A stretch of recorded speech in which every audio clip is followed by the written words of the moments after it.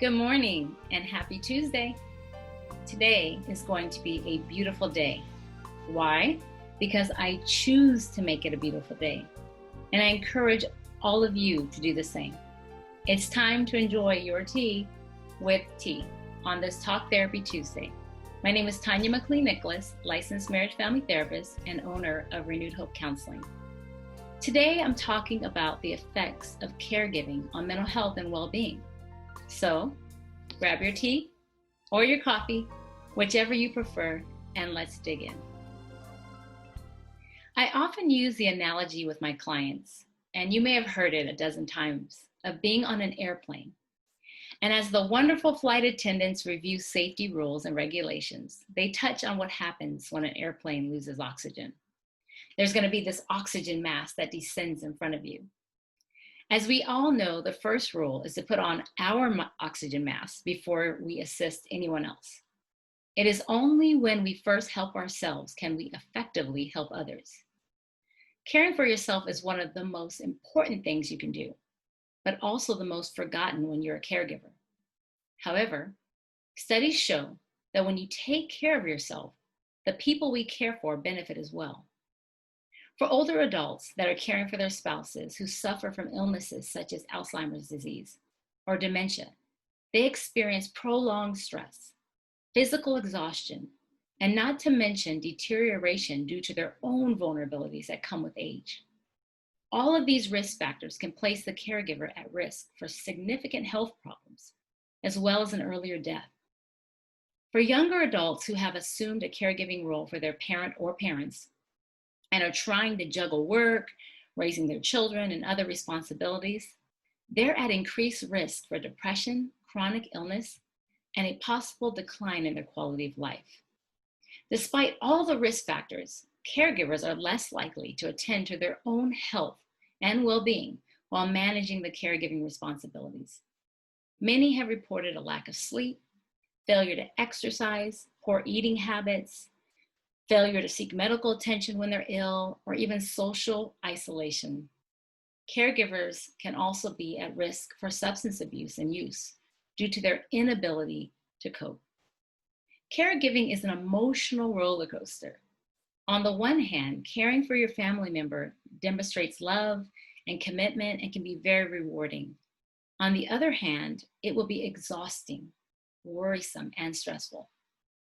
Caregivers have to be careful because of these factors. They're more at risk for chronic illness than non-caregivers, such as high cholesterol, high blood pressure, and even weight gain.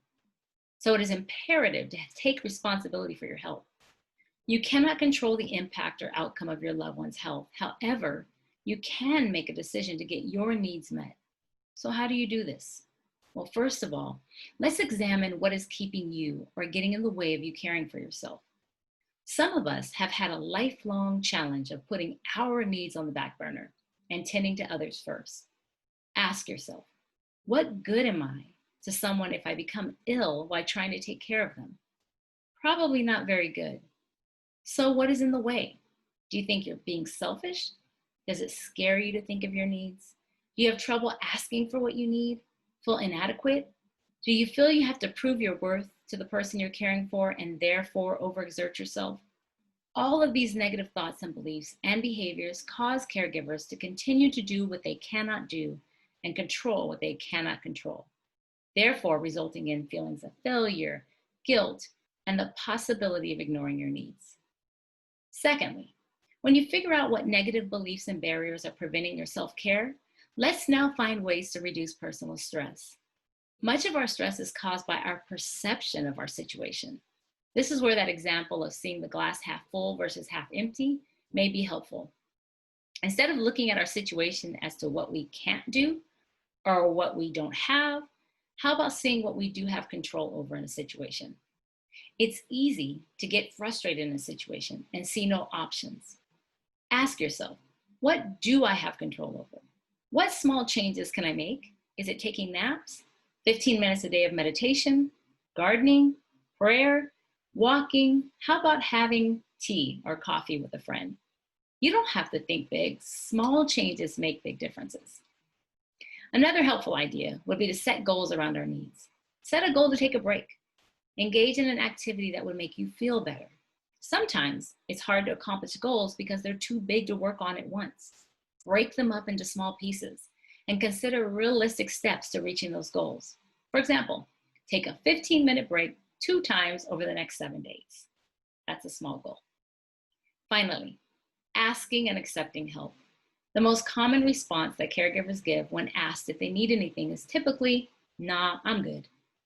For outsiders, don't accept that answer. Many times, caregivers don't know how to ask for help or even know what they need. Caregivers may believe they may burden others by asking or may even struggle to admit they can't handle it all by themselves. Caregivers, make a list of some things that make it easier. It could be as simple as asking someone to pick something up for you from the store. Don't be shy because help can come in the form of a friend, family member, and even the community. Don't wait until you're overwhelmed or exhausted to reach out for help. Reaching out for help is actually a sign of strength and not weakness. Focusing on your needs and desires is not selfish when you're a caregiver. It's actually the most responsible thing you can do and the most important part of the caregiving job. So remember, remove those barriers, change your view, set some goals, and never stop asking and accepting help. Well, I hope that you enjoyed your tea or coffee, whichever you preferred. I'm Tanya McLean-Nicholas, and I hope you make it a great day.